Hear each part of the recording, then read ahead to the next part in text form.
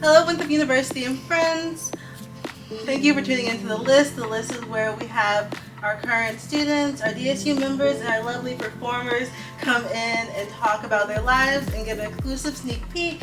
I'm here with one of the most talented, most courageous, most amazing performers I have ever met, and I've had the honor of meeting and having with me today. You may know them from RuPaul's Drag Race, or America's Got Talent, or even just from one of their iconic quotes.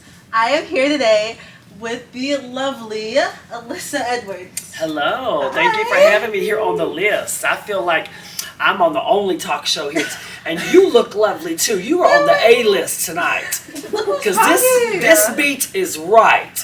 And they told me I was coming over here to South Carolina. I said I need the hair to be all the way jacked, all the way up to Jesus. It's got to be big and lots of volume tonight. So I thank you for having me, and thank you for that lovely intro. You may not believe me, but I almost did the exact same makeup look. I almost did the blue under. Oh, okay. I was like, I gotta do pink. Okay. How are you? How are you? I am so good. I think, I'm happy to be back on stage. I just came off tour off my one-woman show, that Memoirs of a Traveling Queen, that debuted in the West End in London, and truly an amazing experience. And I think what makes it even more amazing, especially now getting back to live audiences, I think we got to a very comfortable place where we were taking things for granted. And I think for someone like me as an artist that lives for the applause and thrives for the energy in the theater, all of that, being removed, the living room and the virtual shows weren't getting it for me. So I didn't feel my most glamorous self, knocking into furniture and shit and, breaking.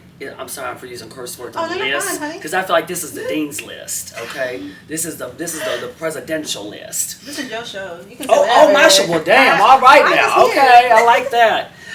But I am in a very good place in life. How are you doing? I'm good. I'm so excited to meet you. I tell you, I talked to my mom about it 80,000 times. She's mad at me.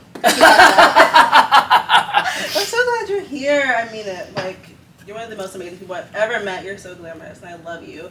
But Well, thank you. What made you want to do drag professionally? Well, I didn't. If you would have asked me 10 years ago, oh my gosh, I shouldn't say 10. I'm not old. I'm established. I should say 20 years ago, when I put my very first wig on. Where did you see all of this going? I would not think that I would be here. On the list with you right now. I was a very shy, awkward, introverted kid, and I think as a dancer, it was my way of communicating naturally through the art of movement. I think the greatest story told is one without words, and I remember going into my very first drag show and I thought, this is bizarre, this is campy, this is confusing. I was, that human that was in the back of the theater just like giggling to myself like, what is this? And the one thing that I took from it that very first night was, wow, this one person has so much power that can manipulate and control an entire room of people that were laughing, jumping up and down and smiling. And I remember telling my friend, I'm gonna do this. I don't really know how to do it.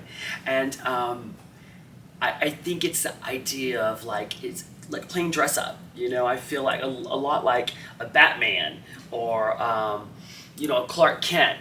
During the day I'm a teacher and a leader and a mentor, and then at night I put this whole costume on, and then I transform into this larger-than-life fictional character.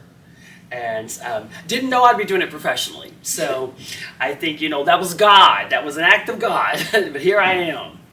Well, you are now such an iconic showstopper. Definitely an inspiration to all of us, as I can speak for all of us. You are. And with your look, I swear, amazing. What is your favorite drag look, though? I have been so curious. Despite what many people think or thought, I loved my camera dress on All Stars 2. I loved it. I thought it was so draggy and so campy and so over the top. It was all things Alyssa Edwards. I don't know if it was a 2-in-1 or whatever the category theme was, but I love it. I think I have so many, you know, looks or things that have inspired me, costumes. I keep going back to referencing that because I loved playing dress up. I grew up with four sisters. I think some of my personal favorites, I love the Annie Oakley look that I did. And that meme with me rolling around with the gun, you know, that's fully rhinestone with that country hair. I mean, there's quite a few things that I feel like, I will say this too, like I love seeing, you know, art being celebrated all around the world and drag being really lifted. And this really, I mean, magnificent platform, you know, that it sits upon. And I wouldn't think of myself as like a look queen. When I think of my drag, I think of like Joan Collins and Joan Crawford and Elvis Presley rolled into one. And I love anything big and fun and flashy and sparkly. You are from Texas. That's right. That is right. Well, you did mention RuPaul. I am curious. Did you prefer RuPaul Drag Race Season 5 or did you prefer RuPaul Drag Race All-Stars better? Well, they're both very different experiences for me. You know, you're always better the second time around, at least most of us. I can speak for myself. After, like, going through, like, that boot camp and that crash course, I was able to go, look, okay, I see what's going on here. All right. And especially coming from, you know, from pageantry in the South, you know, pageantry, I mean, our demographic really celebrates pageantry, especially when I was like getting into drag and growing up as a young baby queen. And we didn't have Drag Race. We didn't have YouTube videos. You know, you had to make many trips to the Mac counter. You had to figure it out. And I think that I went into Drag Race Season 5 thinking it was a pageant. And then I learned really quickly that drag is an art, and art is subjective. And there's no right and there's no wrong.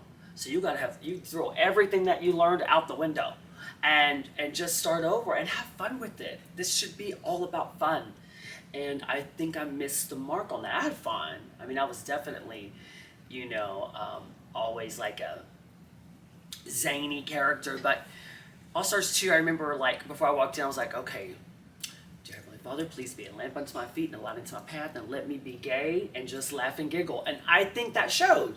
I went in, I teach my kids, winning isn't everything, but wanting to is. And I mixed that up in Season 5. I went just to win. And All Stars 2, I was like, no, I'm going to have fun. I let it all hang out. Oh, well, you did mention your kids and your dance company Beyond Belief. Yes. Oh my gosh, those girls are so amazing.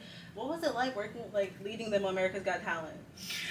Well, a fun fact, before my minis were on this season of AGT, my older kids were on Season 3.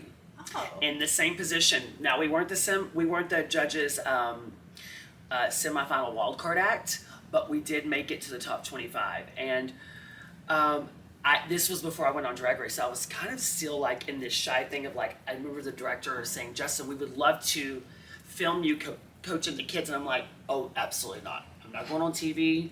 Nope, don't do that. Keep the camera on the kids. And I always told myself, there's no way I could go on TV. And I remember when, just you know, me really swerving the conversation, Shangela, my drag daughter, came to me and she said, Justin, I want you to go on Drag Race. I would never do that to my grandmother. I'm not going on Drag Race. My granny will fall out if she sees me on TV. Fast forward. My granny in the front row at the show. I mean, it's like, it's really weird, my life. There was so many, like, I think it was a trick of fate. It was just like, hey, this is what you're destined to do. And with these little ones on AGT this year, I've never been more proud to be a teacher and to be who I am. And I've had my dance school now for 20 years. And it is, as much as I love doing all of this, that truly is the light of my life. And my heart, I mean, it is within those kids, you know, in that classroom.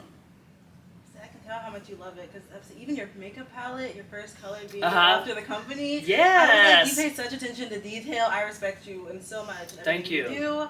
Yeah, but what made you want to start a dance company? Like, you I mean, I think dance in a lot of ways, it not only introduced me to my passion, it saved me. I think, you know, I didn't have an outlet. I didn't know where I fit in the world. I didn't have nothing to latch on to. I didn't have a close relationship with my father. There were a lot of things missing, and when I found dance, it was like it all made sense. I found my people. I found my tribe.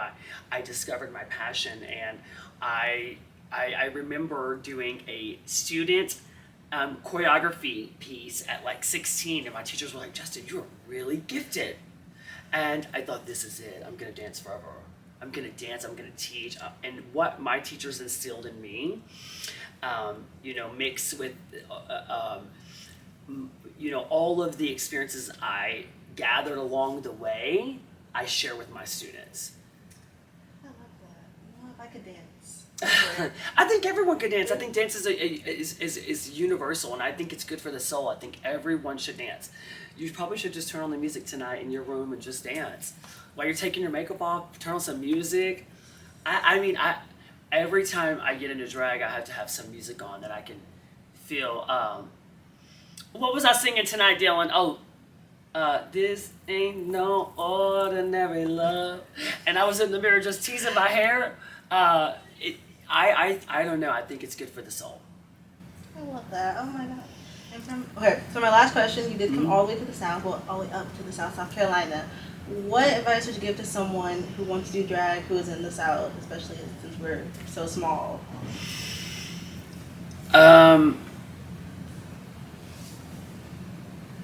Gosh, I remember watching the Rocky Horror Picture Show as a young queer kid, and Don't Dream It Be, it stuck with me forever.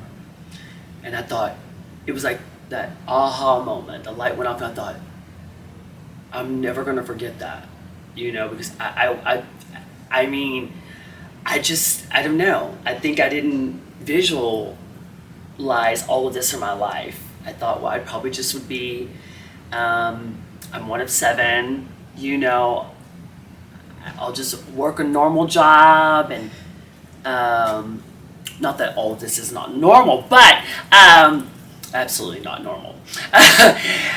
And I told myself, I made a pact and a promise to myself. I left my family's house at 18. I got to the end of the driveway, and I remember I looked back in good old Mesquite, Texas, and I said, I will never come back. And I never did. And I said, I'm gonna stand up for what I believe in. I'm gonna fight for what I want, and I'm never gonna give up or give in.